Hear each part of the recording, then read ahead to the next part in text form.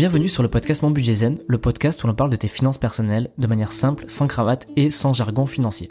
Je suis Thomas, auteur du site et compte Instagram Mon Budget Zen, et que ce soit seul derrière mon micro ou avec mes invités, on va éplucher tous les sujets liés à tes finances personnelles, la gestion de budget, comment épargner plus, l'investissement et la liberté financière. Pour soutenir le podcast, n'oublie pas de laisser un commentaire sur Apple Podcast ou de le diffuser un maximum à ton entourage qui pourrait être intéressé. Dans la description, tu as tous les liens pour récupérer tes produits gratuits et pour t'abonner à ma newsletter. Hello à tous et bienvenue dans ce nouvel épisode du podcast où cette semaine on va recevoir Victor Laura qui est l'investigateur du mouvement FIRE en France. Mouvement FIRE dont je parle régulièrement, qui signifie en fait le fait de prendre sa retraite anticipée, donc d'atteindre la liberté financière. Et Victor Laura, c'est vraiment la personne qui est figure de proue en fait du mouvement FIRE en France.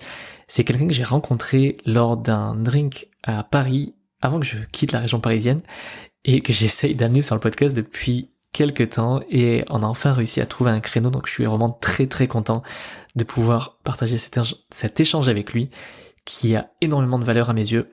Alors Victor va nous partager, déjà nous expliquer en quoi consiste le mouvement FIRE, comment lui il a atteint son FIRE en 10 ans, comment il a fait pour accélérer, quels sont ses nouveaux objectifs qui, vous allez voir, sont très ambitieux, et voilà, comment clairement il fait pour générer du cash assez rapidement.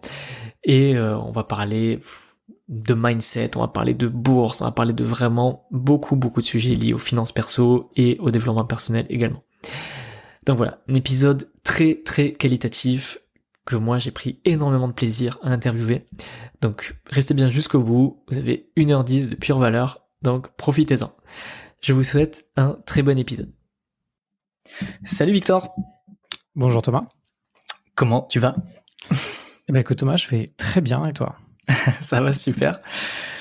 Très très content de t'accueillir Victor, ça fait un moment que je souhaite t'avoir sur le podcast et je suis vraiment très très ravi que tu puisses participer. On a un petit peu galéré à savoir, mais on a réussi à trouver un créneau et je suis très contente de te recevoir. Alors, pour ceux qui ne te connaissent pas, tu es la personne qui a ramené le mouvement FIRE en France. Et de toute façon, je pense que le mieux pour démarrer, c'est que tu te présentes. Tu présentes peut-être un petit peu le mouvement FIRE, mais surtout que tu présentes un petit peu ton parcours rapidement et le mouvement FIRE, et puis après on ira creuser sur les autres sujets. Ok, eh bien déjà je te remercie de m'avoir invité. Et pour une présentation, alors moi c'est Victor, j'ai 34 ans, j'habite à Paris et je suis parisien. Et en très rapide, je suis ingénieur, j'ai aussi fait une école de commerce. J'ai commencé en banque d'affaires, donc en fusion-acquisition, donc je valorisais des entreprises pour qu'elles soient rachetées ou revendues. Et après, je bossais une dizaine d'années dans les startups, plutôt dans des jobs qu'on appelle des C-level, c'est-à-dire la direction de startups, assez grosses d'ailleurs, pour la plupart d'entre elles. Et à côté de ça, depuis quelques années, j'ai importé un mouvement, je l'ai démocratisé en France, qui s'appelle le mouvement FIRE. Alors FIRE pour F-I-R-E, et qui veut dire Financial Independence and Retire Early, donc l'indépendance financière et la retraite précoce. C'est un mouvement qui vient des États-Unis, qui a été popularisé dans les années 90, et en gros, c'est toutes les personnes qui sont intéressées pour travailler moins et potentiellement ne plus travailler. Et c'est basé sur principalement le modèle américain, et après on peut l'adapter avec d'autres choses pour que ça fonctionne bien en France. Ok. Et ça t'est venu quand l'idée, enfin, à quel âge ou en quelle année tu as découvert ce mouvement et t'as commencé vraiment à creuser et à l'appliquer? Alors c'est venu quand j'étais en banque d'affaires. En fait, j'étais dans une phase de ma vie où j'avais choisi de faire des métiers qui gagnent bien, même très bien sa vie. Donc j'avais pris en fait un des métiers qui gagne le mieux, et j'étais là, ok, c'est bien, maintenant je gagne très bien ma vie, ça va être bien. Et finalement, dans ce contexte-là, j'ai remarqué que assez souvent, ça m'arrivait d'avoir une boule au ventre quand j'allais au boulot. C'était beaucoup de Comme travail. Beaucoup de monde, hein. Ouais, je pense comme beaucoup de monde. Et du coup, beaucoup de travail. Et là, je me suis dit, zut, je vais pas tenir en fait, je vais pas tenir toutes ces années. Et là, t'avais quel âge à peu près? Je devais avoir 22 ans à ce moment-là. Ouais, donc tu sortais c'était tes premiers tafs, quoi. Ouais, franchement, c'était mon premier boulot. Mm-hmm. Et du coup, en faisant ça, je me suis dit, finalement, le job qui m'apportait un bon salaire, je vais pas pouvoir tenir très longtemps. Et du coup, je me suis dit, faut trouver une alternative. Et je commençais un peu à avoir un rejet de Je me suis dit, ok, si ça marche pas, comment je peux faire? Et du coup, j'ai cherché sur des blogs américains à l'époque, parce que je me suis dit que si des gens avaient fait des choses assez efficaces, ça devait être des Américains, surtout sur l'argent, et je suis tombé sur le mouvement FIRE, et du coup, je me suis intéressé à ça. Ok. Et donc, tu as commencé ça, donc tu avais 22 ans, donc ça fait, si mes calculs sont bons, c'était il y a 12 ans. Et t'as commencé par quoi, du coup? Quel a été ton, je sais pas, ton premier déclic ou tes premières actions pour te lancer là-dedans dans le mouvement FIRE?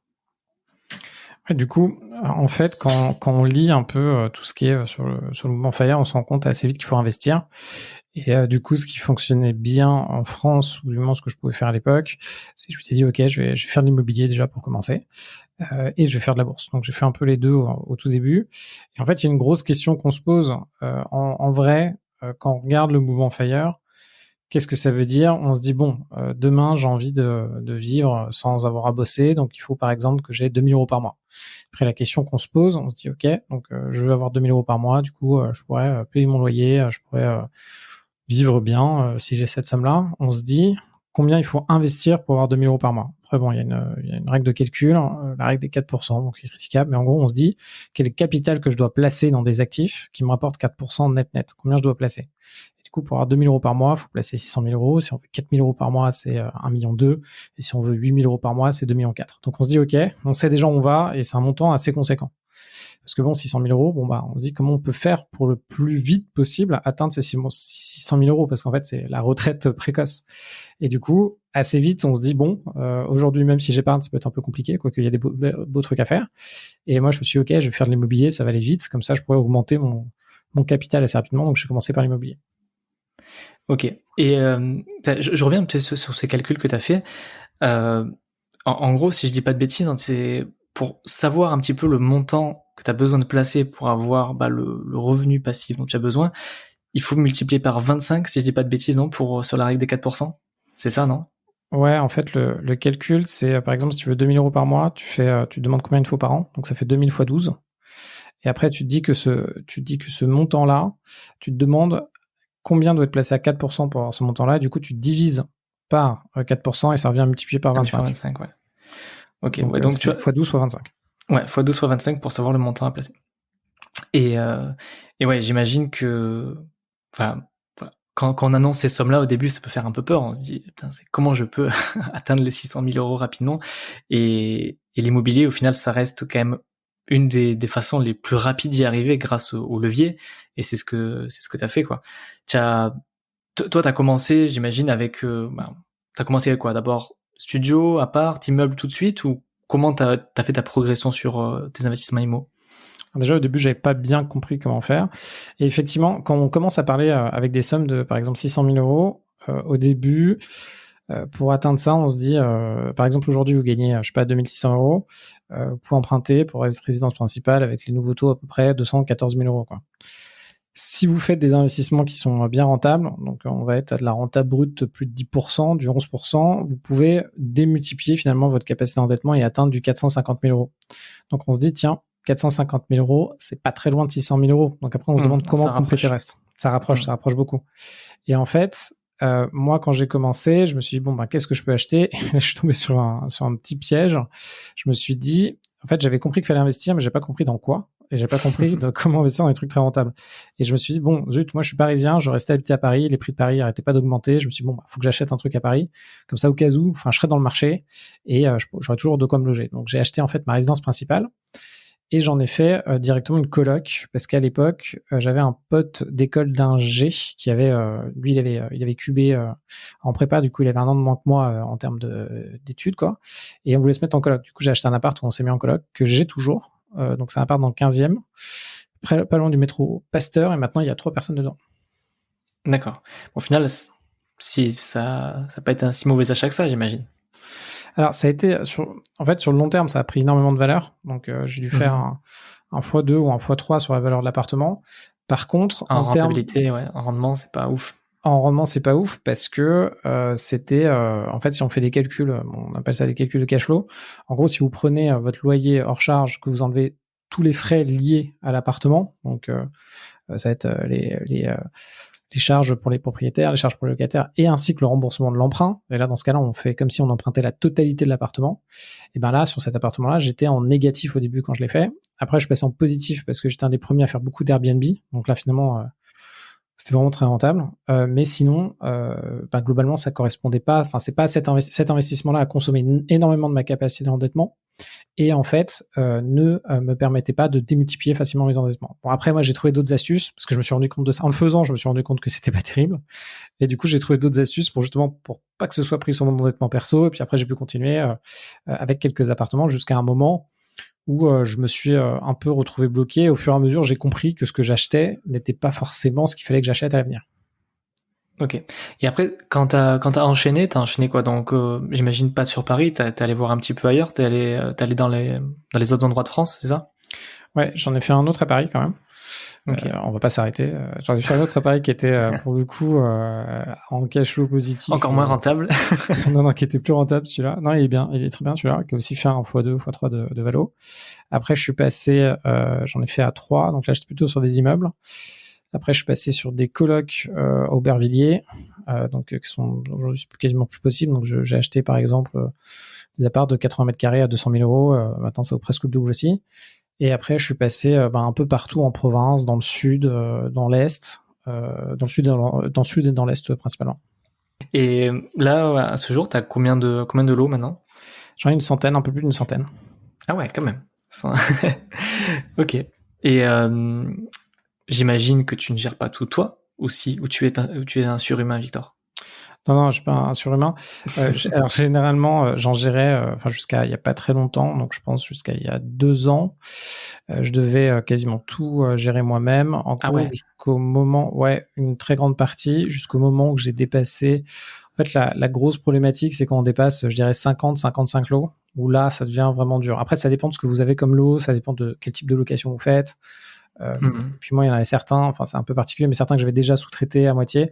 Bref, en tout cas, jusqu'à 50-55 lots, je faisais une grande partie moi-même. Et là, aujourd'hui, après, je suis passé un peu en agence pour certains d'entre eux. Et là, aujourd'hui, j'ai carrément réinternalisé la location. C'est-à-dire que j'ai des équipes. En fait, j'arrive à un tel parc que maintenant, j'ai des personnes qui travaillent en CDI pour moi qui gèrent le parc immobilier. Ok, ouais. Donc ouais, t'as vraiment une entreprise en fait qui gère ton parc immobilier, c'est ça? Aujourd'hui, enfin, des salariés, quoi. Ouais, en gros, aujourd'hui, je fais 1 million d'euros de loyer par an. Donc là, t'es sur des sommes qui sont, très importantes, quoi. Enfin, je suis l'équivalent d'une TPE en IMO, quoi. À moi tout seul. Ouais. Ok. Et en termes d'exploitation, tu fais de la coloc, de la courte durée, du LMNP, enfin du meublé plutôt, pardon. Est-ce que tu mixes un peu tout? Est-ce que t'as changé de stratégie en cours de route, ou en ce moment, enfin, quelle est ta stratégie actuelle d'exploitation sur les biens? Alors, je pense qu'il y a beaucoup de personnes, c'est une très bonne question, je pense qu'il y a beaucoup de personnes qui cherchent la meilleure exploitation possible, ou même la meilleure structure, on va dire, fiscale, parce que les deux sont très liés. C'est-à-dire qu'en fonction de l'exploitation qu'on va choisir, il y a quand même une structuration fiscale à faire à côté. Moi, en tout cas, j'ai tout. Donc, j'ai tout type d'exploitation, et j'exploite tout type d'exploitation quand c'est le plus nécessaire. Donc, j'ai beaucoup de biens en propre. Donc, je fais du LMNP, ce qui est très bien quand on veut commencer. J'ai des biens en SCI à l'IS, j'ai des biens en SCI à l'IR, j'ai des biens dans même des SAS. Je fais de la courte durée, je fais du nu. En fait, en gros, je fais de tout. Je fais du bureau, je fais du coworking aussi. Je fais vraiment de tout. Ouais, parce du parking aussi? Parking, j'en ai 14, un peu plus de 14. C'est pas forcément... En gros, le parking, en fait, chacun peut trouver son type de produit. Pour moi, c'est la problématique du parking, c'est petit, quoi. Il y a un moment, pour faire beaucoup d'argent avec les parkings, il faut en avoir vraiment un paquet, quoi. Parce que un parking, c'est pas forcément très cher. Enfin, sauf à Paris où ça va 20 000 euros ou peut-être 30 000. Sinon, on gagne 90 à 250 balles par mois. Faut y aller, quoi. Il faut vraiment les enchaîner, quoi. Ah ouais, faut en avoir. Enfin, moi, t'imagines si, je sais pas, on fait un petit calcul, tu fais 1 million de loyer avec des parkings à 200 balles. Bon, on y va, quoi. C'est clair, là tu rachètes tous les parkings de Paris, je crois. Ouais, non, peut-être pas quand même. On achète un paquet, quoi. Presque un arrondissement. Ouais, bonne question. On fera les calculs, on regardera. On fera les calculs, ouais. Ok. Ouais, donc du coup, t'es quand même allé assez vite, quoi. Parce que si j'ai bien suivi, en 10 ans, t'as pu acquérir une centaine de lots. C'est ça, ou je dis des bêtises? Ouais, c'est ça. à peu près ça. Ouais, c'est ça. Ok. Et après, en termes de capacité d'endettement, donc tu as dit tout à l'heure que bon, les biens de Paris au début te bloquaient un peu, mais que tu avais trouvé des solutions. Est-ce que tu peux nous dire un petit peu comment tu as pu te débloquer, enfin faire en sorte de toujours être finançable pour pouvoir enchaîner? Ouais, donc il y a plusieurs astuces. Alors la première que j'ai pu mettre en place, j'ai fait ce qui s'appelle un démembrement de propriété. Et en gros, j'ai acheté le premier bien en SCI à l'IR et j'ai donné ce qui s'appelle l'usufruit, c'est-à-dire les flux, donc les encaissements et les décaissements des flux. Donc encaissement, ça va être les loyers, décaissement, ça va être les emprunts et autres charges. Ça, je l'ai mis sur mon père. Donc je l'ai appelé un jour, je lui ai dit, écoute, t'as pas un peu de capacité d'endettement? Il m'a fait, oh, je sais pas. Je fais, attends, je fais un truc et tout vient. Du coup, en gros, je l'ai fait rentrer avec moi dans la SCI. Donc en fait, il était responsable des dettes. Moi, j'étais caution des dettes et du coup, les dettes n'apparaissaient pas chez moi. Donc paf, j'ai enlevé en gros entre 300 et 400 000 euros de dette, quoi. Hop, ça a disparu. Donc comme ça, je pouvais encore utiliser ma capacité d'endettement. Je gagnais bien ma vie du coup en M&A, en FUSAC, donc j'avais encore une belle capacité d'endettement que j'ai réutilisée pour faire un deuxième bien à Paris, cette fois-ci en LMNP. Donc ça, c'était fait. Et après, j'avais encore de la capacité d'endettement. Donc ça, j'ai pu l'utiliser pour acheter d'autres biens. Une fois que j'étais limité par ça, il y a différentes techniques. Moi, en l'occurrence, j'ai fait le truc le plus basique. Je me suis dit, OK, aujourd'hui, je gagne, je sais pas, 3 000 balles par mois. Comment je fais pour gagner 3 fois plus, quoi? Et ou même 4 fois plus. Et du coup, je me suis mis à sélectionner les métiers où on gagnait le mieux et à me dire, OK, comment je vais me faire recruter? Et je suis allé jusqu'à gagner 12 000 balles par mois en étant numéro 2 de grosses startups. C'est des métiers très intensifs, mais en gros, j'ai beaucoup multiplié mes revenus pour derrière pouvoir beaucoup démultiplier mes endettements. Et après, j'ai fait encore une fois, j'étais limité au bout d'un moment mais avec cette technique. Et du coup, je me suis dit, bon, faut que je crée des business, donc des side business. C'est-à-dire, vous créez une entreprise et vous créez un business qui est autonome.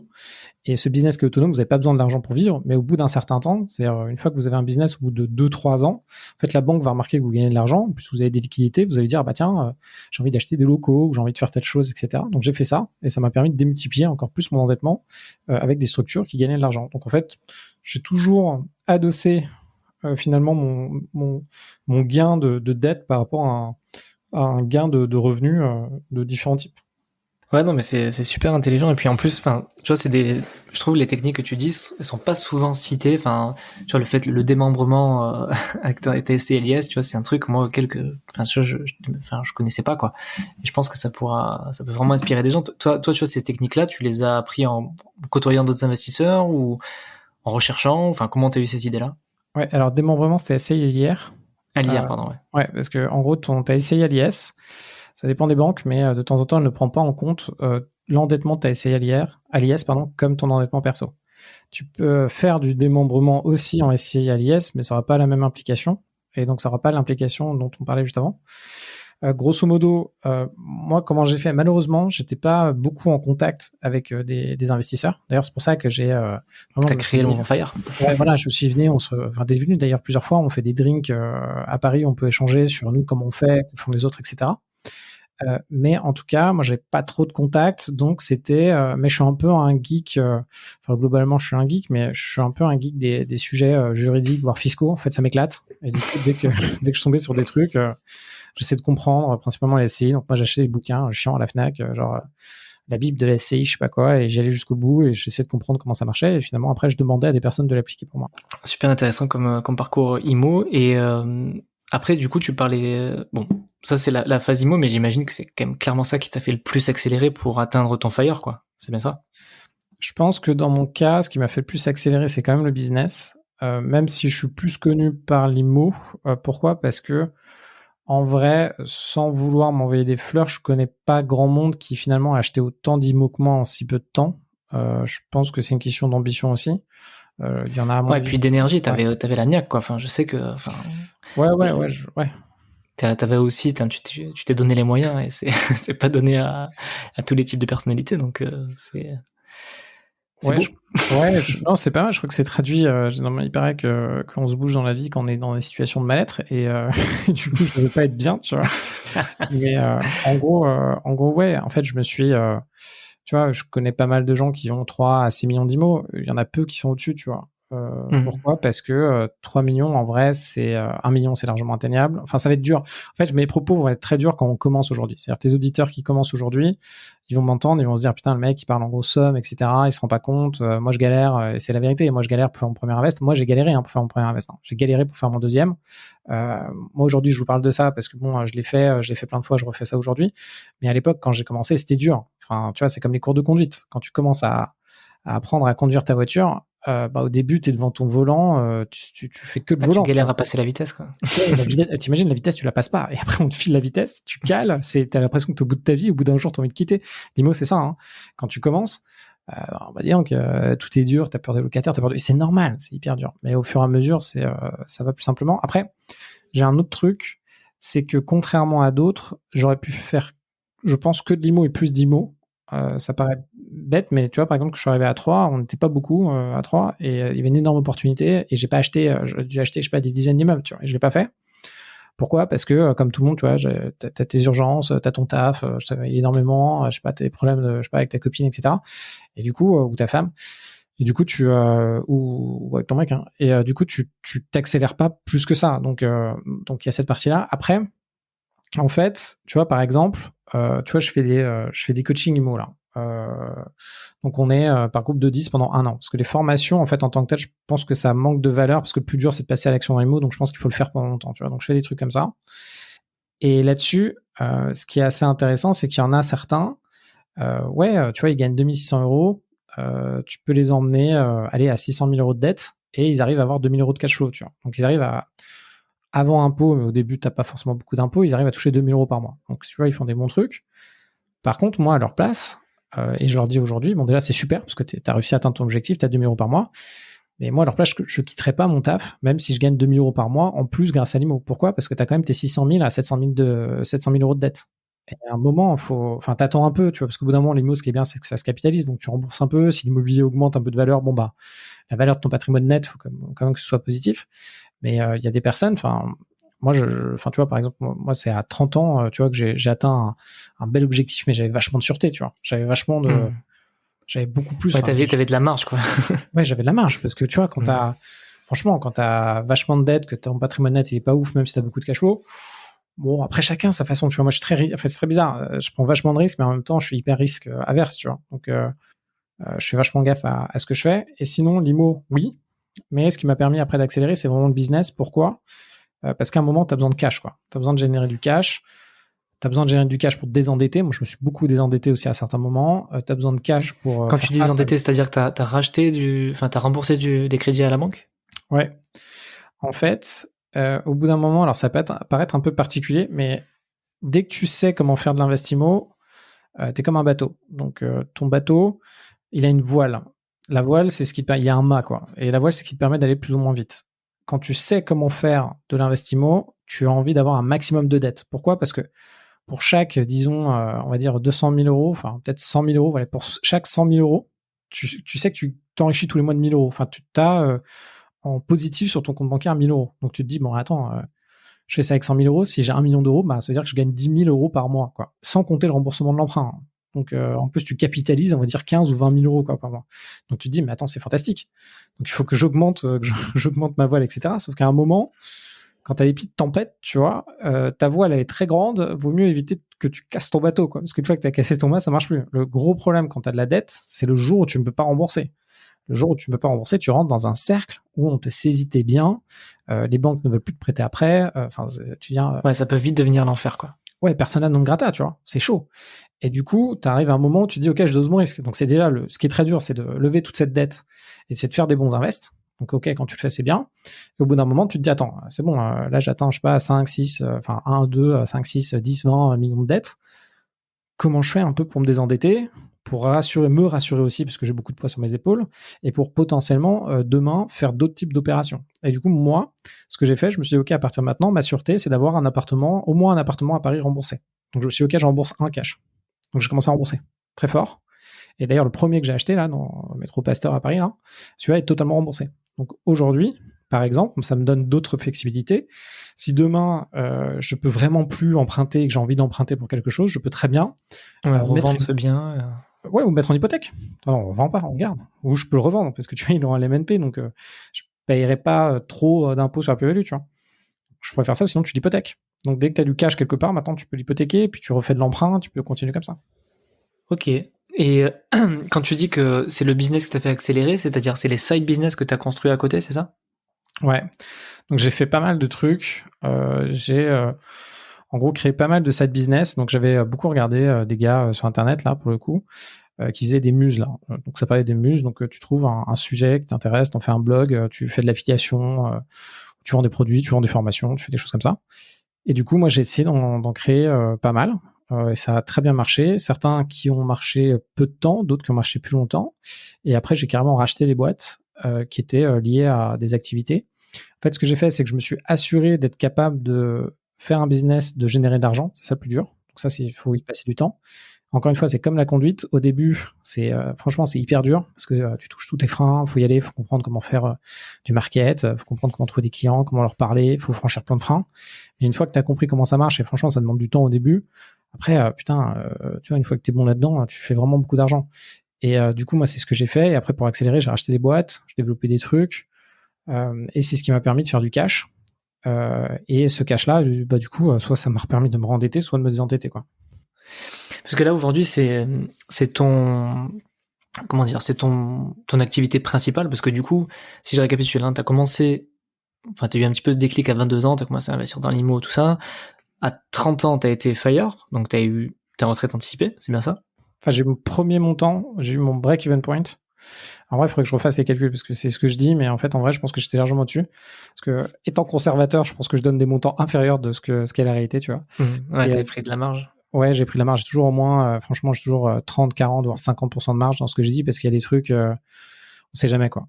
Et en gros, à 30 ans, j'étais à 4 000 euros par mois, net. Et à 32, j'étais à 8 000. Et mon objectif, c'était 8 000. Ouais, donc à 32, t'as atteint ton objectif de fire, qui je le rappelle est, alors c'est vrai qu'on n'a pas défini les différents types de fire, mais toi tu étais un fat fire, c'est bien ça? Ouais, donc un fire gras, différents types. Premier, c'est lean fire, donc c'est des personnes qui vont vivre en dessous du niveau de vie d'un pays. Donc en France, on peut dire qu'un lean fire, ça va être 800 euros par mois. D'ailleurs, ce qui est la retraite. Si demain vous n'avez pas de retraite, normalement vous avez 800 euros de retraite par mois en France. Même si vous êtes étranger, d'ailleurs, en France, ça c'est un autre sujet. Et après, vous avez le fire classique. Fire classique, ça va être le niveau moyen ou médian des Français. Donc ça va être en France entre 1800 et 2200 euros par mois. Donc ça va être un fire classique. Donc ça veut dire que c'est vraiment le salaire, voilà. Et pour un fat fire, alors en France, on pourrait dire que c'est 4 000 euros par mois.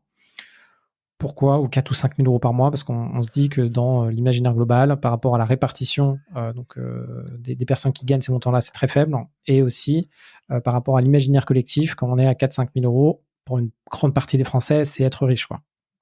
Après, en réalité, on prend un fat fire. Donc, un fat fire français, du coup, ça va être ce que je disais, 1 200 euros par mois. 1 million, pardon, ça va être 4 000 euros, du coup, ça va être 1 million de ce que j'ai investi. Ouais, 1 200, c'est pas beaucoup. Par contre, moi, je le faisais pour un couple. En fait, après, il faut penser en couple. Du coup, moi, je faisais x2. Donc, en couple, je m'étais dit, il faut 8 000 euros par mois. Donc, je faisais pour mon ex de l'époque et moi. Et du coup, je faisais 8 000 euros par mois pour être ce fat fire-là. On prend les trucs aux États-Unis. Un fat fire, on est en dizaines, voire trentaines, genre centaines de millions. Ah ouais. On est donc là, c'est intéressant d'aller sur plutôt Reddit et Fat Fire sur le sub-channel Reddit. On est dans une autre échelle, quoi. Nous, on est échelle largement en dessous. Et moi, j'ai toujours dit que j'étais Fat Fire. Pourquoi? Parce que je voulais habiter à Paris, donc Paris ça coûte très cher. Deux, je voulais avoir des enfants, pouvoir potentiellement les mettre dans des écoles privées, du coup, ça coûte très cher. Enfin bref, j'avais un Fat Fire assez costaud. Et s'il y a des Parisiens qui nous écoutent, 8 000 euros à Paris, c'est pas déconnant en fait quand on voit les prix. Le moindre appart, ça va être, allez, tout compris, entre 3 et 4 000 euros. Bon, voilà, vous êtes à 4 000 euros d'appart. Il vous reste 4 000 euros si vous avez 2 enfants. C'est pas déconnant, quoi. Et donc, du coup, t'as eu ces 8 000 du Fat Fire, enfin, de ton objectif de Fat Fire, tu les as eu à 32. Et depuis ça, qu'est-ce qui s'est passé? Est-ce que, enfin, tu vois, entre le moment où t'as atteint cet objectif, parce que j'imagine pendant 10 ans, enfin, tu t'as dû te dédoubler, quoi, avec à la fois un travail, une vie de couple et le boulot d'investisseur qui prend énormément de temps. Et d'un coup, t'as fait quoi? T'as démissionné? Comment ça s'est passé, en fait, la transition entre le moment où t'as été fire? Ouais, alors ce qui est assez intéressant, c'est plus vous avez de revenus complémentaires d'une autre activité, plus ce que vous ne supportez pas dans votre activité de tous les jours va grossir. Donc, par exemple, quand j'ai eu 30 ans, enfin 29, ouais, 29-30 ans, donc j'étais numéro 2 d'une grosse boîte, je gagnais très bien ma vie, donc plus de 10 000 euros par mois. Et là, j'avais 4 000 euros par mois qui tombaient en plus. Ça, c'est juste net. Hein. Donc, pour faire 4 000 euros par mois, si vous rajoutez les remboursements d'emprunts, etc., on est dans les, allez, je pense au moins 6-10 000. Et du coup, les sommes que vous voyez passer, c'est énorme. Enfin, bon, moi, vous les regardez pas passer d'ailleurs. Et en plus de ça, j'étais à 4 000 vraiment récurrent, mais en réalité, j'étais au-dessus. Si on compte les trucs qui marchotaient de temps en temps, quoi, mais c'est pas stable dans le temps, quoi. Bref. Et là, en fait, à ce moment-là, je me suis dit, finalement, le taf qui m'a permis de m'emmener jusque-là, j'en peux plus, quoi. J'arrive plus à tout gérer en même temps, c'est trop. La pression dans ce taf-là c'était un taf que j'aimais beaucoup, mais il y avait beaucoup de pression. J'avais quelques soucis de santé aussi à force de On a bosser. tiré sur la corde. Ouais, franchement, c'était chaud. Et là, je me suis dit, bon, écoute, passe à autre chose. Trouve-toi un taf où t'es peut-être moins bien payé, mais où tu auras un peu plus de temps. D'ailleurs, tu vas pouvoir plus faire d'invest à côté. T'as d'autres solutions pour faire, parce que j'ai des side business qui marchaient bien. Et une vie plus relaxe. Donc là, déjà, j'ai quitté ce taf où je gagnais très bien ma vie. Je suis passé dans un taf où je gagnais 2 fois moins, donc je gagnais 5 000 euros par mois après. Et donc c'est quand même des grosses sommes. Mais bon, faut se dire, en fait, pour les gens qui m'écoutent, faut se dire que pour le boulot, je suis un gros bourrin. C'est-à-dire que je vais prendre un sujet et je vais me dire, ok, c'est qui les meilleurs dans ce sujet-là, et je vais tout faire pour être dans les meilleurs. Et on peut tous le faire. Hein. Moi, je suis convaincu que c'est juste une question de travail, une question de dédication, enfin de se dédier à une tâche. Et si vous le faites et que vous vous donnez à fond, c'est comme le sport, vous allez y arriver. Et on peut y aller. Mais moi, je fonctionne comme ça. Donc, à chaque fois, je prenais des tafs qui étaient bien payés. À chaque fois, où je générais beaucoup de valeur pour les gens pour qui je bossais. Et c'est pour ça que j'avais ces salaires-là. Mais bon, ça demande beaucoup d'éthique, beaucoup d'hygiène. Et du coup, j'ai eu ce nouveau taf. Et là, du coup, j'ai pu accélérer en fait sur des side business, et j'ai même pu accélérer sur de l'immobilier. Parce que tu avais plus de temps. Ouais, t'avais plus de temps, j'ai moins de pression. Donc avant, je bossais quasiment tout le temps en plus. Moins de pression, beaucoup plus de temps. Et du coup, j'étais un peu plus, tu vois, j'étais plus libre, même intellectuellement. Tu vois, j'étais moins charrette. Du coup, je pouvais penser à d'autres choses et je pouvais prendre plus de temps pour mes invests. Ok. Et ça, c'était donc à 32, c'est ça? 30. Ouais, c'était après 30 jusqu'à 32. Et une fois que j'ai arrêté, donc je me suis arrêté. Et là, j'ai une phase. Ça a dû faire bizarre quand même, non? D'avoir d'un coup de passer à pas plus rien parce que tu avais tout le patrimoine à gérer, mais de plus avoir d'activité salariée, ça doit faire bizarre, non?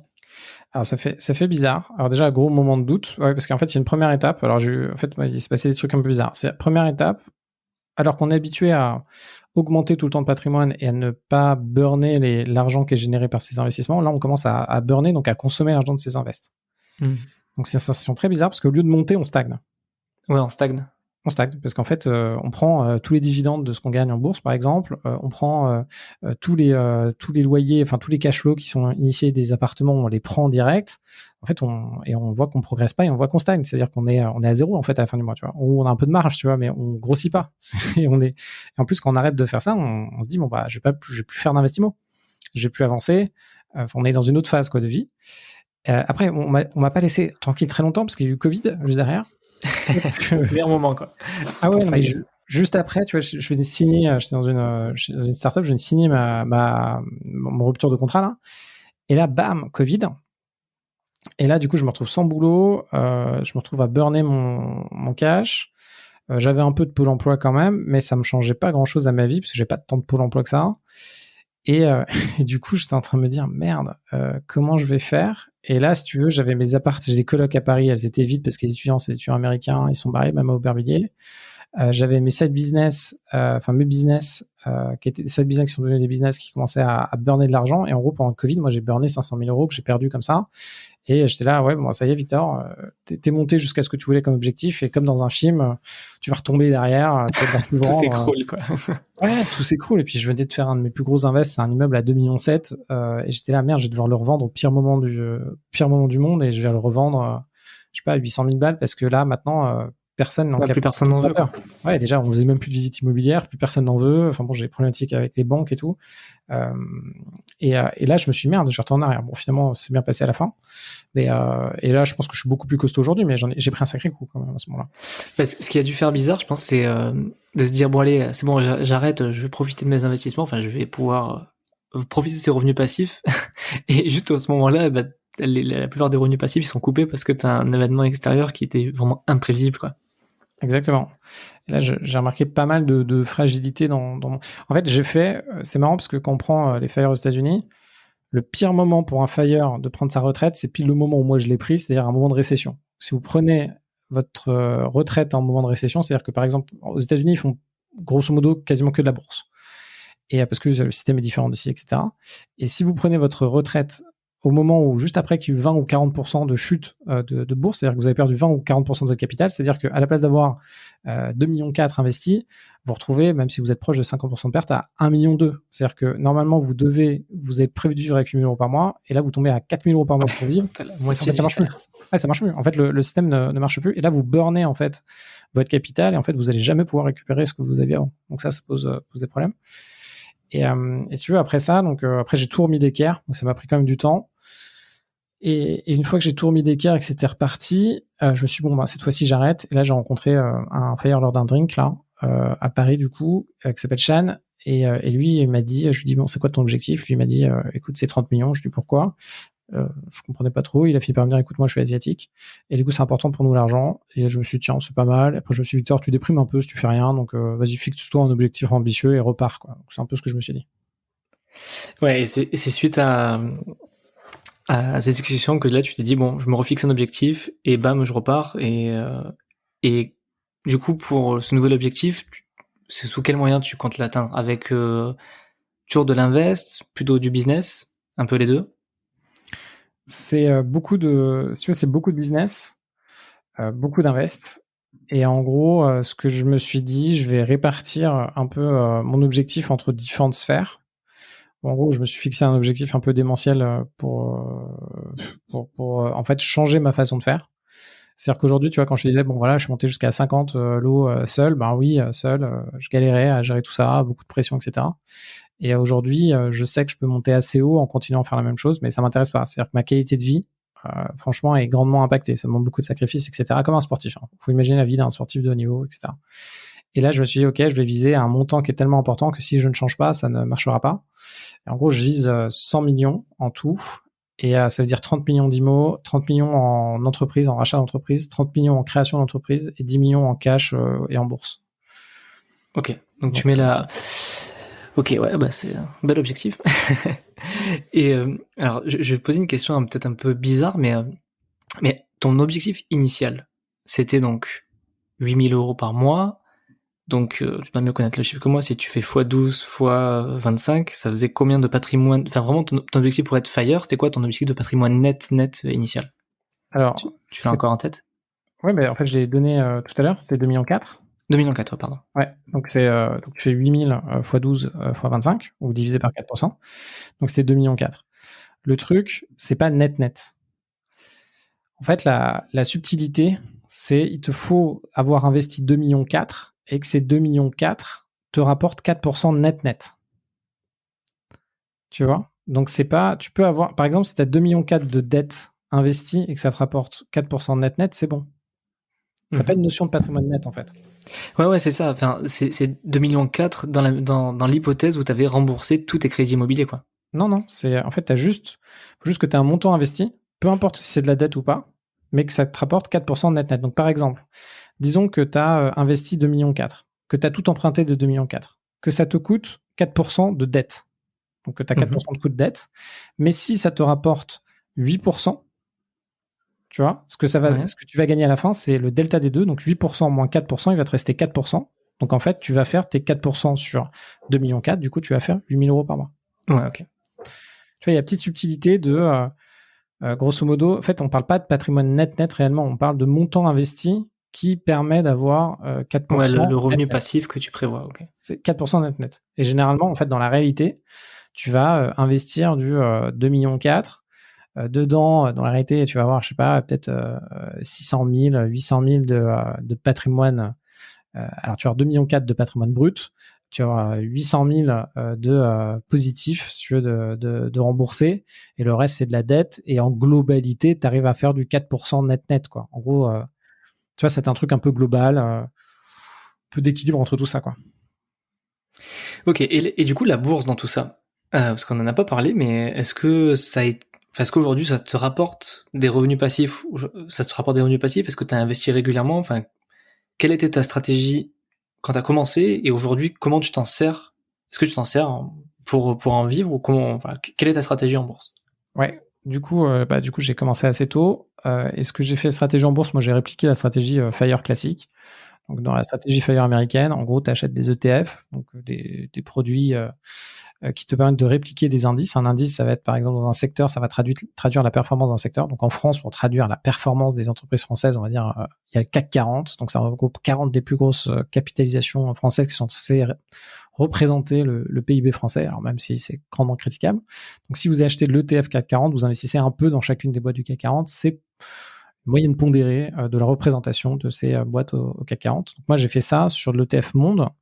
En France, généralement, on l'achète si c'est avec son PEA, c'est le CW8 d'Amundi. Le fameux. Le fameux. Et du coup, j'ai investi tous les mois une certaine somme de mes revenus là-dessus. Parce qu'en plus en fait, il y a deux choses. En fait, il y a deux visions de FIRE. Il y a la vision FIRE classique américaine, où en gros, tu sais que si tu épargnes 75% de tes revenus, tu vas pouvoir vivre avec 25% de tes revenus au bout de 8 ans. Donc, on prend le truc. Donc, si tu gagnes, on va le faire avec 10 000 euros. Donc, par exemple, si tu gagnes 10 000 euros aujourd'hui, donc là, on parle version américaine, hein, ils gagnent beaucoup plus, les gars, etc. Tu gagnes 10 000 euros par mois. Disons que tu arrives à épargner 75%, donc 7 500 euros tous les mois et que tu les mets justement sur un CW8. Enfin, eux, ils n'ont pas ça, c'est un autre nom. Et que tu fais ça tous les mois. Au bout de 8 ans seulement, tu vas te retrouver tous les mois à gagner de la bourse 2 500 euros. Donc, dans une version américaine, quand tu as un fort salaire, tu te dis putain, mais en fait, en 8 ans, je peux être libre financièrement. Donc, la bourse, c'est hyper bien, c'est hyper efficace. Et vu qu'il y a beaucoup de hauts salaires dans la tech qui sont de l'ordre de 10 000 euros par mois, les gens, ils font vraiment ça. Donc, on se retrouve avec des ingénieurs chez Google qui sont à moitié SDF parce que Palo Alto, ça coûte très cher la vie, ils se mettent dans leur van, ils disent voilà, de toute façon, au bout de 8 ans, enfin, chaque année que je gagne, je m'approche de cet objectif ultime. Et en plus, eux, ils ont des actions de Google, donc c'est des trucs de dingue, quoi. Donc, il y a ça. Et, et en fait, la problématique avec donc moi j'ai fait mes petits calculs avec la bourse en France, etc. Et je me suis dit ouais, il faut que j'atteigne 2,4 millions. Mais en fait, dans 2,4 millions, si je fais bien et que j'épargne 80, même 50 ou 80% de ce que je gagne tous les mois, bah je vais pas atteindre mes 2,4 millions à la fin. Donc je me suis dit, je mets ça en place, je le fais, mais il va me manquer quelque chose. Et alors là, on passe dans une deuxième partie du FIRE. Donc il y a une partie FIRE où en fait, tu dois apprendre à économiser et en gros à ne pas faire évoluer ton niveau de vie. Et ça, c'est une très bonne partie déjà. Et après, il y a une deuxième partie, c'est que tu dois apprendre à faire de l'argent. Faire de l'argent, c'est différent. Faire de l'argent, donc par exemple, moi, la bourse, ce que je citais avec faire du DCA, acheter tous les mois des ETF, pour moi, tu fais pas vraiment de l'argent avec ça. C'est un truc très passif. Pour moi, tu es un peu dans la protection. Par contre, faire de l'argent, c'est ouais, tu vas faire de l'IMO, tu vas faire tes 12% de renta, tu vas te leverager, tu vas aller faire du business, tu vas racheter des boîtes. Là, tu fais vraiment. Ouais, tu es actif, quoi. Tu mets la main à la pâte, tu fais du rendement entrepreneurial, quoi. C'est soit tu montes des business, soit tu vas faire de l'IMO, mais l'IMO, on sait que c'est pas passif du tout, quoi. Donc tu vas à la sueur de ton front, quoi. Tu vas à la sueur de ton front. Et et d'ailleurs, pour moi, il y a pas de secret. C'est FIRE, c'est quoi? Tu te dis quand même, je me fixe un horizon de temps assez réduit et je veux vraiment gagner de la thune. Pour moi, les autres trucs qui sont proposés, tu gagnes pas vraiment de la thune. C'est-à-dire qu'à un moment, ok, t'épargnes, ok, tu fais du 20% en bourse, mais ça dépend du capital que tu investis au début. En gros, tu fais que dalle. Enfin, pour moi, tu fais que dalle. C'est-à-dire que si tu as un objectif de prendre ta retraite en 10 ans, je vais être un peu dur, mais c'est pas en ouvrant ton compte chez Nalo, en faisant du 20% par an, ouais, ok, cool, t'as fait 20% ou t'as fait 10%. Est-ce que tu vas te taper 1 million en 10 ans? Non, tu taperas pas 1 million en 10 ans. Et ça faut se rendre compte. En fait, il y a des échelles de grandeur. C'est-à-dire qu'à un moment, vous voulez taper 1 million, vous voulez taper 2 millions. Vous vous rendez compte que 1 million d'euros, allez, c'est 3 000 balles par mois, à peu près. Bon, ok, ça peut être très bien. Après, on se rend compte qu'avec l'inflation et tout, si vous avez des enfants, que vous êtes 4, 3 000 euros, c'est pas énorme non plus. Je vais choquer beaucoup de monde, mais c'est la réalité, quoi. Votre objectif à la fin, c'est pas de vous retrouver dans une situation compliquée, quoi. Surtout que vous ne savez jamais ce qui peut se passer. Donc, faut y aller. Et quand vous avez des objectifs comme 1 million, en fait, faut se bouger à un moment. Moi, je vois pas. Vous pouvez essayer de devenir trader professionnel. Je pense qu'il y en a très très peu qui arrivent à vraiment gagner de la thune. Sur l'IMO, c'est plus simple. Sur le business, c'est plus simple. Donc, faut vraiment y aller. Après, il y a autre chose. Effectivement, l'IMO, si on prend d'ailleurs les gens qui sont fat FIRE en centaines de millions, les mecs vont dire, OK, nous, on n'a plus d'IMO, quoi. plus d'IMO parce que l'IMO, c'est le truc qui est pas vraiment passif. Par contre, moi, j'ai une grosse critique à faire sur tout ce qui est un peu bourse aussi. C'est que moi, je vois tellement de gens qui, par intérêt intellectuel et facilité, vont dans la bourse. Et je sais que toi, t'aimes bien la bourse, mais le problème, c'est que moi, mon ROI, si je passe une journée à faire de la bourse, enfin, il est dégueulasse par rapport à mon ROI si je me mets sur de l'IMO ou si je crée un business. Je suis dans des échelles, alors je vais les calculer, mais je fais peut-être 1000 ou peut-être 100 fois 1000 de thunes, 100 fois plus, 1000 fois ou 100 fois 1000 plus de thunes en faisant un business. Je sais pas si tu vois le truc, c'est Ah zéro ouais, c'est sûr. Hein. je leverage le truc. Ouais. Ça me rappelle, tu t'as dû le lire, ce bouquin, L'autoroute du millionnaire. Ça te parle ou pas? Ouais. Et il fait beaucoup ce rapprochement-là, en fait. C'est pour ça, au début, il me choquait un peu parce qu'il cassait en deux le principe des intérêts composés en disant, en gros, si tu mets 200 ou 300 balles par mois, les intérêts composés, ça sert à rien. Et que c'est que quand t'as des sommes à 6 ou 7 chiffres où c'est intéressant. Et moi, sur le coup, ça m'avait un peu choqué parce que je me dis, moi, je suis dans cette situation du mec qui met 200 ou 300 balles par mois, donc j'étais pas forcément, il m'avait cassé un peu dans le truc. Mais je reconnais que, objectivement, c'est vrai. Et surtout, lui, il insiste sur le fait que, si tu veux vraiment aller vite, et donc la fameuse autoroute, c'est de monter un business. Et que ce soit en montant un business pur et dur, un side business, ou même de l'immobilier qui peut être du coup associé à du business quand tu commences à faire, de l'immobilier entrepreneurial, acheter un truc pourri, faire des travaux, immeubles, compagnie. Et ça rejoint un petit peu ce que tu dis, quoi. Après, moi, c'est vrai, comme tu l'as dit, hein, j'aime beaucoup la bourse, et je pense que c'est quand même quelque chose de bien quand tu veux pas trop, soit que tu peux pas emprunter, ou alors que t'as pas aussi envie ou l'énergie de faire de l'immobilier. Parce que tu vois, il y a des gens aussi comme ça qui ont pas envie de mettre ce temps ou cette énergie dans l'immo, quoi. Ouais, moi je suis tout à fait d'accord. En fait, je pense que en fonction de ce que tu veux faire, donc déjà tu as un objectif. Donc par exemple, si ton objectif c'est de gagner 1000 balles par mois et que tu as du temps, donc tu as 10, 20, 30 ans et que tu gagnes ta vie, avec la bourse, ça peut très bien fonctionner. Tu peux faire des stratégies qui vont très bien marcher, etc. Après, il faut être lucide. Si ton objectif c'est 10 000 balles par mois et que tu veux le faire en 10 ans, là, il faudra faire les choses. Il va falloir mettre la main à la pâte, c'est clair. Hein. On est d'accord que c'est pas en mettant 100 euros par mois sur l'ETF Monde que tu vas y arriver, quoi. Ouais, et puis même sur les cryptos, tu vois, à part les faire, il y a beaucoup de multimillionnaires en crypto. Bon, eux, ils ont été au bon moment, au bon endroit, et c'est très bien. Sauf que pour la majorité d'entre nous, ça sera pas comme ça, quoi. Ouais. Et alors, je reviens juste un truc sur la bourse, parce que donc, t'as dit un petit peu la stratégie que font les FIRE, hein, qui est principalement de prendre des ETF à indice large. Mais moi, la question que je me pose, c'est bien pour construire ton capital, en gros, tu mets une épargne régulière, DCA, tout ça. Mais le jour où tu fais le break-even point que t'as dit tout à l'heure, alors, le terme, je le connaissais pas, mais j'imagine que c'est le moment, en fait, où tu peux partir à la retraite, hein, c'est bien ça? C'est ça que tu veux dire dans le break-even point? C'est le moment où tes dépenses sont couvertes par tes investissements. Ouais. Et qu'est-ce qui se passe avec la bourse? Est-ce que cette fameuse ETF, c'est-à-dire tu retires, en théorie bien sûr, hein, j'imagine que pas tout le monde fait ça, mais qu'en théorie tu retires, on va dire 4% du capital que tu as mis et que tu te le verses en revenu, ou est-ce que tu changes de stratégie, tu pars par exemple sur une stratégie à dividende, ou pas forcément? Est-ce que tu sais un peu comment fonctionnent les FIRE, ou toi comment tu fonctionnes là-dessus? Ouais, alors sachant que moi j'ai pas touché à la bourse, sauf à un moment où j'ai dû en sortir un peu parce que c'était un peu la cata, mais sinon j'ai même pas besoin de mon funnel bourse, donc j'ai de l'argent en bourse qui est là. Ouais, ça c'est juste on va dire une poche diversifiée de ton patrimoine, quoi.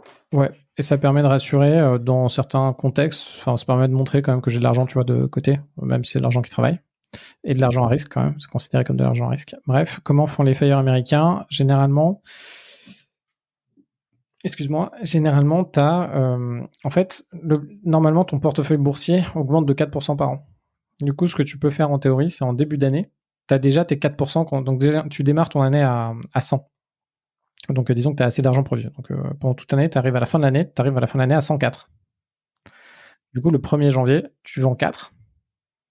Et tu peux consommer 4 pendant toute l'année, tu recommences. Donc, de 100, tu vas remonter à 104. Et tu fais ça comme ça. Donc, en fait, tu consommes la plus-value générée par ton portefeuille. Et concrètement, ça ressemble à quoi? Ça veut juste dire que ton ETF... tu vas en vendre une partie? Ouais, il vaut 100. Disons que l'unité de ton ETF... c'est un peu plus compliqué, mais tu en vends une partie de ton ETF. Alors, tu fais ça. Hein. Donc, ça, quand tu es en ETF par capitalisation, c'est-à-dire que les dividendes sont investis. Ou sinon, tu changes et tu peux prendre des ETF en dividendes. Distribuant, ouais. distribuant. Là, la seule différence, c'est que là, tu restes quand même sur le même type de produit, donc sur, par exemple, de l'ETF. Et après, en fonction, et d'ailleurs, ça se voit de plus en plus parce que en fait, ça évolue avec le temps. Au début, la stratégie, donc la règle des 4%, c'était quand même une stratégie où tu avais une grande partie qui était en obligation, une autre partie qui était en action. Donc l'étude de Trinity Study écrite en je crois 92 si je me trompe pas. Excusez-moi si je me suis trompé. En fait, cette étude qui explique qu'on peut effectivement faire du quasiment sans risque 4%, à l'époque ça marchait, donc c'était basé sur les données historiques, sauf qu'aujourd'hui on a quand même changé. Alors déjà dans l'étude d'origine, il y avait une prise en compte de l'inflation de 3%. Il y a beaucoup oublient ça, mais il y avait quand même 3% d'inflation. Donc ce qui veut dire qu'en fait, en réalité, au lieu de faire 4%, on faisait 6%, 7%, on faisait 7%. Et il y avait pris en compte aussi d'autres éléments, mais l'investissement qui était dans le portfolio, il y a une grande partie obligation, donc des choses qui sont garanties par l'État, donc normalement non risque, même si ça c'est grandement critiquable, et de l'autre côté, une partie ETF. Aujourd'hui, tous ceux qui sont FIRE ou qui font la stratégie FIRE comme moi, il y a zéro oblig. C'est-à-dire qu'on parce qu'on est aussi dans un autre monde aussi aujourd'hui où les taux d'intérêt ils ont tellement baissé. Alors, au moment où on parle, la Fed vient encore de remonter les taux, mais on est dans un monde aussi où les taux ont tellement baissé que les obligations rapportent plus rien aussi. Donc, et à l'époque où il y a les études, donc j'imagine que la stratégie que tu parles, ça doit certainement être le portefeuille 60-40, j'imagine, ou un truc qui ressemble. Ouais, c'est ça, ouais. Et effectivement, ça vaut le coup de mettre 40% d'obligation quand ça rapporte 3 ou 4%, quoi. Mais là, aujourd'hui, quand l'obligation elle est soit négative, soit 1%, ça a plus de sens, quoi. Bizarrement, aujourd'hui, l'obligation, du coup, est à 4%.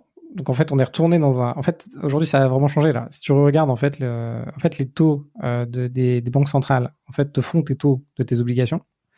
Et du coup, aujourd'hui, si tu regardes les obligations américaines, t'es quand même à du 4%, hein. Non, parce que là, ce que je dis, c'est pour ça que je te dis, au moment où je te parle, on est en train de revenir dans l'époque d'avant, mais du moins sur les 10 dernières années, ça n'a pas été ça, quoi.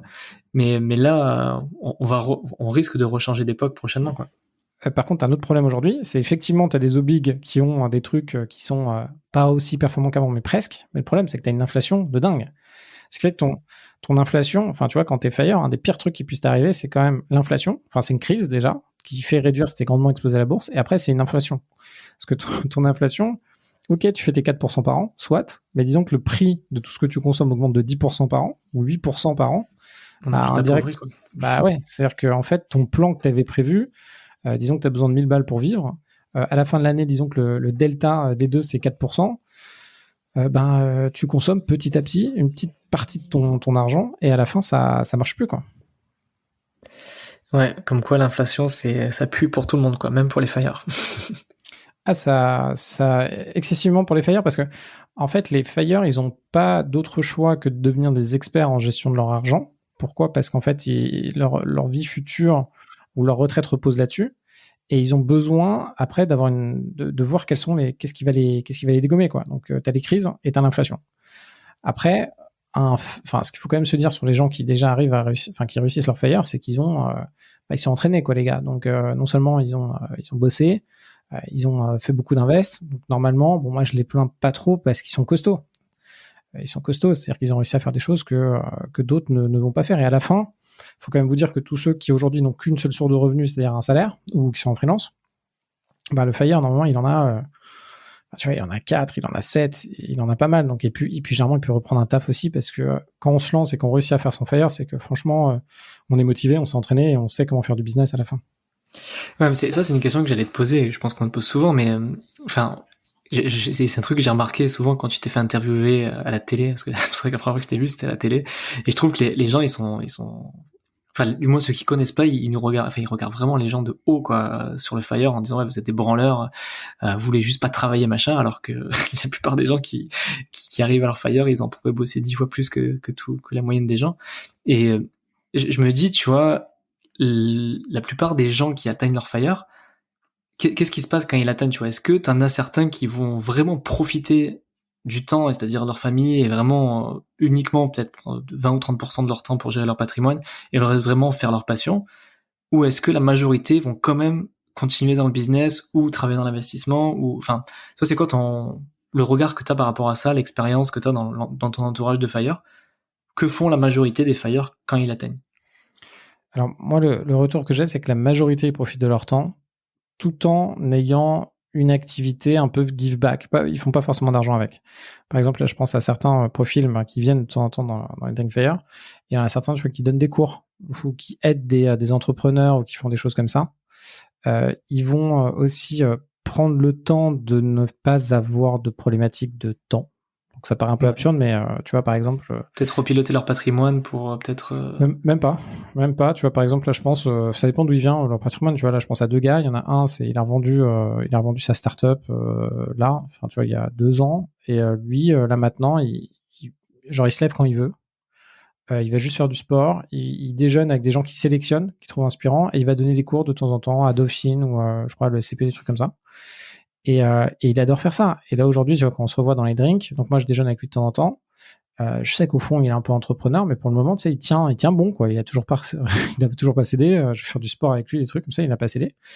Et il y en a, par exemple, un autre multimillionnaire en crypto. Lui, il voyage un peu, mais pas trop, parce qu'il est très écolo. D'ailleurs, il est sur mon podcast, et il s'appelle Christophe. Ouais, en fait, il est passé à plusieurs reprises, je crois. Ouais, il est passé à plusieurs reprises parce que c'est vraiment, là, c'était un mec hyper frugal. Il a investi au tout début dans les terres. Il est monté, je sais pas, à 4 ou 6 millions. Je sais pas combien il doit être, mais il doit être à peut-être 2, 3 millions. Et le gars, et en plus, lui, il adore creuser des sujets. Donc, il lit, il creuse des sujets, il teste des projets, tu vois, par exemple, même d'intelligence artificielle sur son ordi, il teste des trucs et il s'amuse comme ça. Il est très content. Est-ce qu'il va reprendre un taf? Je pense pas. Il faudrait que je le revoie là, mais je pense qu'il prendra jamais taf. Et ce qui était assez marrant, t'as une journaliste de France Culture qui nous a demandé de participer. Et tu vois, elle m'a parlé, donc déjà elle m'a dit bon bah je comprends pas ce que vous faites, donc c'est compliqué. Après je lui ai donné les coordonnées d'autres personnes, elle a fait mais je comprends pas. Il y en a plein, ils continuent à faire des trucs de leur vie, à faire des projets, à donner des cours, etc. Pourquoi ils sont pas en train de glander autour de la plage? Parce que en fait, qui a vraiment envie de se poser toute la journée devant la plage? Personne. Ouais, mais surtout quand après au bout d'un moment ça te saoule en fait. Ça, tu peux pas, tu perds le goût quoi. Ce qui est cool quand tu fais rien dans la plage, c'est quand tu fais ça 2 semaines dans l'année, mais si tu fais ça toute l'année, au bout d'un moment, c'est même plus marrant, quoi. Ouais, qu'est-ce que tu fais? Après, t'en as quelques-uns. Alors, j'en connais d'autres qui sont un peu jet-setters, like. Donc, eux, ils font quand même 2 fois le tour du monde et ils font des teufs un peu tout le temps. Et après, ils se reposent un peu avec leurs parents, mais ils passent vraiment leur vie à, tu vois, juste, ouais, voyager, kiffer. C'est pas trop mon truc, mais eux, ils font ça, tu vois. Bah, moi, j'ai l'impression quand même que l'intérêt, enfin, le but du Fire, hein, qui est le mien aussi, hein, je te le cache pas, c'est pour ça que je suis venu à ton drink et qu'on s'est rencontrés là-bas, c'est, pour moi, la définition du Fire, quand même, c'est de pouvoir avoir le choix de faire ce que tu veux de ton temps, quoi.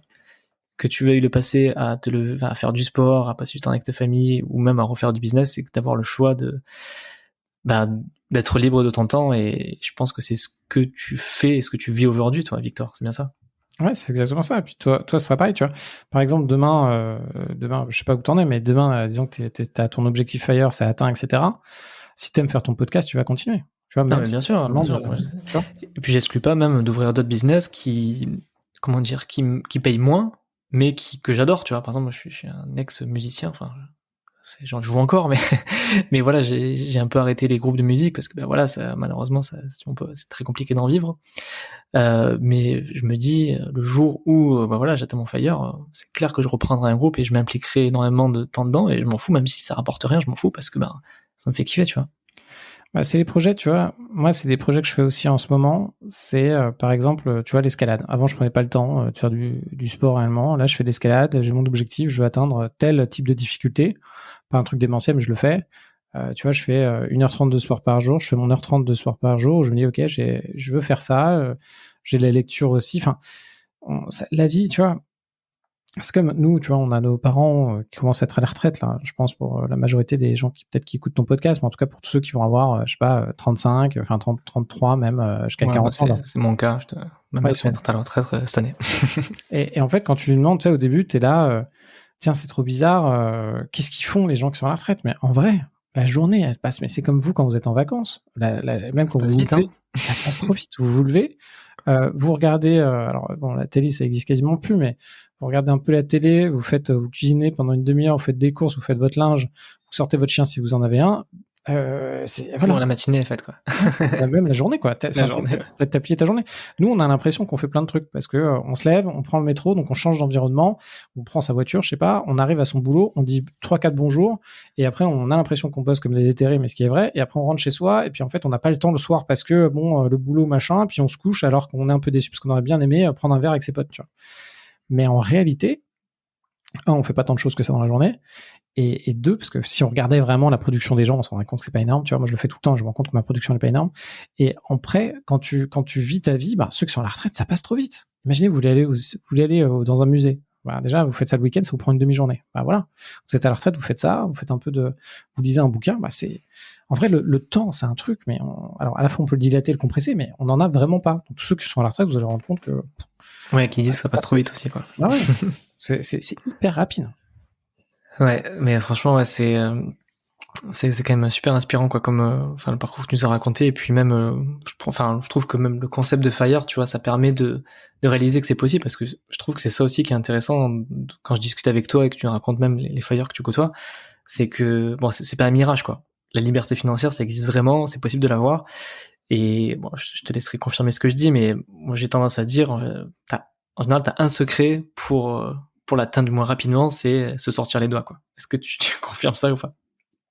Ouais, moi je suis tout à fait d'accord. En fait, il y a un truc moi par exemple, je reprends ce que j'avais quand j'étais plus jeune. Il y a un truc que je voulais pas voir, je voulais atteindre au moins des revenus financiers ou gagner de l'argent, mais sans finalement trop me bouger, trop être confronté à des choses que je savais pas faire à ce moment-là. Donc les choses que je savais pas faire à ce moment-là, c'était travailler, avoir un salaire qui était élevé, c'était faire un business, vendre quelque chose et avancer, et c'était faire une transaction qui gagne qui fait du 12% brut, etc. Et c'était suivre une restriction, on va dire un peu budgétaire, une gestion budgétaire pour investir en bourse tous les mois. En fait, j'avais ce rêve. J'essaie de me dire, ok, je veux gagner de l'argent, mais tout ça, je sais pas faire, mais je veux quand même gagner de l'argent. Donc, on vit dans une illusion. Et là, du coup, on regarde. Après, il y a beaucoup de vendeurs de rêves sur Internet sur ces sujets-là, parce que l'argent, ça restera comme la séduction, un truc qui, comme la santé, comme la beauté, un truc qui marchera toujours. Mais en réalité, ça marche. Après, ce qui est bien dans Fire, c'est que vous avez des montants financiers. Vous savez qu'il faut, vous devez avoir 600 000 investis à 4% pour gagner ça. Ok, maintenant, comment je fais? Et après, vous devez vous bouger. Voire déjà tester, aller à votre rythme aussi. Vous n'êtes pas obligé. C'est pas le problème. Je le vois même quand j'en parle moi, parce que moi c'est un peu ancré dans mon ADN ce truc, mais c'est pas un objectif. Il y aura des hauts et des bas, et puis c'est pas l'objectif ultime, quoi. Ok, c'est cool, c'est super sympa et tout. Mais en vrai, si vous avez une vie équilibrée, si vous réussissez votre famille, si vous réussissez d'avoir des potes et que ça marche bien et que vous êtes en bonne santé, c'est super. Ça sert à rien de se fixer un peu ce truc de Fire qui est devenu un peu un truc d'excellence où on se dit, ok, faut avoir fait 1 million, faut avoir acheté un appart à 30 ans, faut être libre financièrement à 30 ans. Non, il y a que des déterrés comme moi qui le font et des gars qui ont de la chance. On a de la chance, mais sinon, faut pas mettre ça en tant que ça existe. Faut voir à quel point vous voulez vous commit. C'est pas si compliqué que ça, mais il faut se bouger. Il faut pas que ça devienne un truc un peu trop social, quoi. Ouais, puis après, je pense que de manière générale, Fire, c'est pas adapté à tout le monde, tu vois. Il y en a s'il y en a qui écoutent ce podcast, qui sont intéressés par l'investissement, il y en a qui recherchent uniquement des compléments de revenus, d'autres qui cherchent uniquement à avoir une retraite un peu plus confortable dans 10, 20 ou 30 ans, d'autres qui sont peut-être plus en mode énervé et qui veulent l'avoir à 30 ou 40 ans.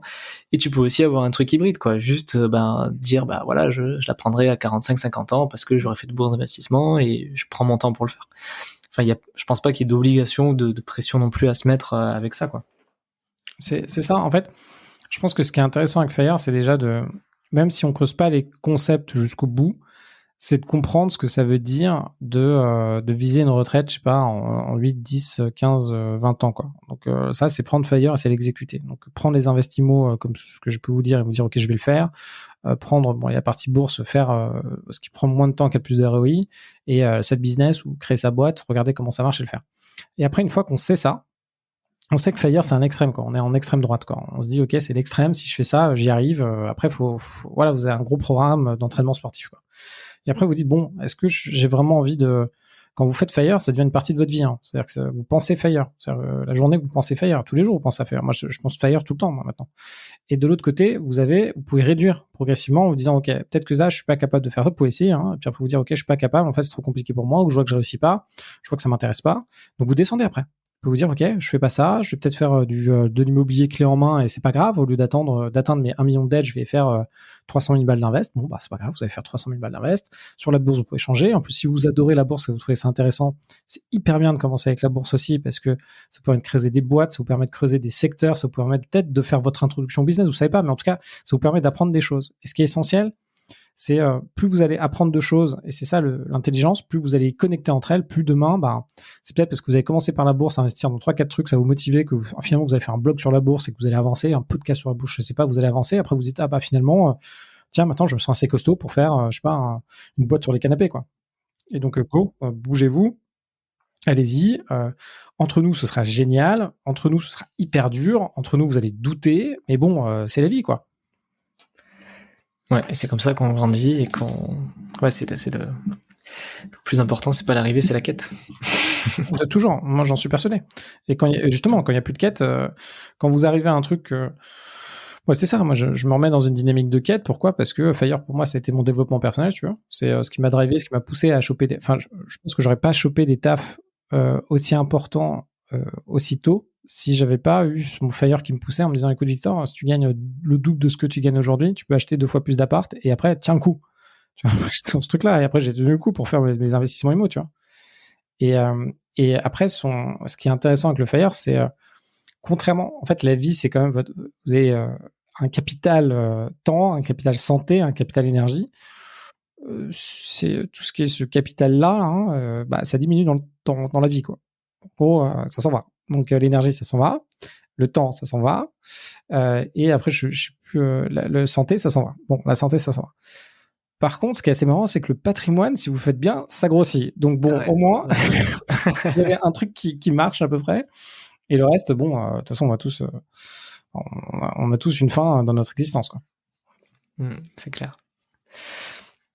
Bon, Victor, on a fait, je pense, un très bon tour de ce que je voulais aborder avec toi. C'était vraiment super intéressant. Enfin, merci beaucoup pour ce temps de partage de ton expérience qui est ultra inspirante. Avant de te quitter, que tu nous dises un petit peu où on peut te retrouver tout ça, est-ce que tu peux nous conseiller un bouquin ? Moi, c'est ma question un petit peu que je pose à tous mes invités. Quel est le bouquin que tu aimerais recommander aux auditeurs, qui soit t'a fait un déclic à toi, soit que tu aimerais recommander, qui est un peu méconnu ? Alors, un peu méconnu, je suis pas sûr, mais alors, t'as le droit de citer le tien en plus, évidemment, parce que t'as fait un super bouquin que j'ai lu et qui est très bien. Et ben merci. Donc, alors, il y a un livre qui est super, qui s'appelle La retraite à 40 ans, c'est possible, aux éditions Larousse. Avec un super auteur qui s'appelle Victor Lora, L-O-R-A. Et sinon, donc pas mal celui-là pour, en gros, vous allez rentrer dans le détail de ce que j'ai dit et moi ce que j'ai fait un peu dans ma vie, et aussi avoir tous les petits éléments qu'il faut comprendre, donc d'un point de vue basique pour pouvoir se lancer. Après, vous avez le livre que j'aime bien en ce moment et que je suis en train de relire. C'est un livre qui s'appelle The Obstacle is the Way. Alors, en français, c'est L'obstacle est le chemin. Et l'auteur, si je me trompe pas, je le regarde en même temps, c'est c'est Ryan Holiday. Il est traduit en français ? Oui, c'est L'obstacle et le chemin. Là, je suis en train de le voir. Visiblement, il est dispo en français de Ryan Holiday. Donc, il est à 19 € en brochet ou à 12,99 € en Kindle. En Kindle. Merci pour les détails. Et en gros, ce livre, donc il date de 2018, je crois qu'il y a une nouvelle édition. En tout cas, moi, j'ai la nouvelle édition. Et en gros, ce qui est assez intéressant, c'est de partir du principe que dans la vie, la différence entre, par exemple, un Alexandre le Grand ou quelqu'un qui a été très successful et nous, qui sommes potentiellement moins, c'est juste la faculté à surmonter les obstacles. Et juste se dire, OK, les obstacles, voilà, l'obstacle et le chemin, en fait, il y aura des obstacles quoi qu'il arrive dans la vie. Et en fait, la seule différence entre quelqu'un qui va aller très loin et être très successful et les autres, c'est que celui qui est très successful, il va trouver des moyens de regarder cet obstacle, de l'analyser d'un angle différent, d'une façon différente, de s'entraîner lui-même différemment, d'avoir un mindset différent pour pouvoir le surmonter. Et plus on surmonte des obstacles dans la vie, plus on peut surmonter des obstacles de plus en plus grands. Et à la fin, on peut devenir ce qu'ont été les grands penseurs ou ce qu'ont été ceux qui ont influencé l'histoire globale de notre monde. Ok, bah écoute, moi ça me parle beaucoup, surtout en ce moment, ce que tu dis. Tu sais pourquoi? Ouais. Du coup, je me le suis écrit bien au chaud et ça va faire partie de mes prochaines lectures. Oui, surtout c'était un peu de temps. Je ne sais pas si tu fais quelque chose, mais c'était un peu de temps, ça peut être bien de lire ça. Justement, c'est le type de livre, à mon avis, il faut le lire. Et alors, ça va, je pense en parler à beaucoup d'entre vous, et j'espère. Et en tout cas, ça peut changer votre vision sur plein de choses et même vos petits réflexes. C'est-à-dire que en regardant ce que ces personnes ont réussi à améliorer chez elles, bah, vous pouvez essayer de l'appliquer dans votre quotidien. Et en fait, ça marche super bien. Lire un livre, c'est bien, comme d'hab. Après, il faut l'appliquer, quoi. C'est ça. Il faut se dire, ok, prenez, moi à chaque fois je prends des notes et je me dis, ok, ça je l'applique, et après j'essaie de le garantir et d'en faire des habitudes, et ça c'est le plus dur. C'est ça. C'est souvent ça le plus dur, ça après d'en faire des habitudes. Yes, bah écoute, merci beaucoup Victor. Du coup, avant de nous quitter, est-ce que tu peux nous dire où c'est qu'on te retrouve, enfin, si on veut te contacter aussi, dis-nous où es-tu? Alors, je suis assez actif sur LinkedIn. Alors, bizarrement, pour un mec qui est à retraite à 40 ans, c'est là où je poste le plus. Donc, c'est Victor Lora. Sinon, j'ai une newsletter où là, je rentre assez deep dans les sujets. Donc là, c'est firefrance.substack. Et donc là, vous pouvez voir chaque semaine. Donc là, il y a plein de sujets qui sont sortis. Sinon, si vous voulez m'écouter de temps en temps, si je vous ai pas trop saoulé, le podcast la retraite à 40 ans, c'est possible. Et après, si vous voulez faire de l'IMO, monter un side business, investir avec nous, même dans l'IMO, etc., vous avez toutes les infos sur devenirfrugaliste.com, et vous pouvez cliquer, et en fonction de ce qui vous intéresse, vous pouvez rejoindre, dont le Discord. Je pense que tu es dans le Discord, c'est toujours. Donc, du coup, vous pouvez rejoindre le Discord, c'est notre communauté. On a un outil Discord où on chatte, et moi je chatte assez souvent dessus, et on échange. Franchement, on donne tous notre avis sur des sujets. Il y a vraiment des hauts profils, donc c'est cool. Être débutant aussi. Ouais, je trouve que c'est très bienveillant avec beaucoup d'entraide. Moi, j'aime beaucoup ce Discord, quoi. Bon, je t'avoue que c'est le seul Discord sur lequel je suis. J'en ai jamais testé d'autres, mais en tout cas, je trouve que c'est cool, quoi. Il y a beaucoup d'entraide. Ah bah, je te remercie. Et puis Thomas, du coup, moi je te dis à très vite. J'ai hâte d'entendre de tes nouvelles sur tes différents sujets, parce que t'en as pas mal, et ça me fait très plaisir. Bah écoute, merci beaucoup à toi Victor en tout cas, et puis je te dis à très bientôt. À très bientôt.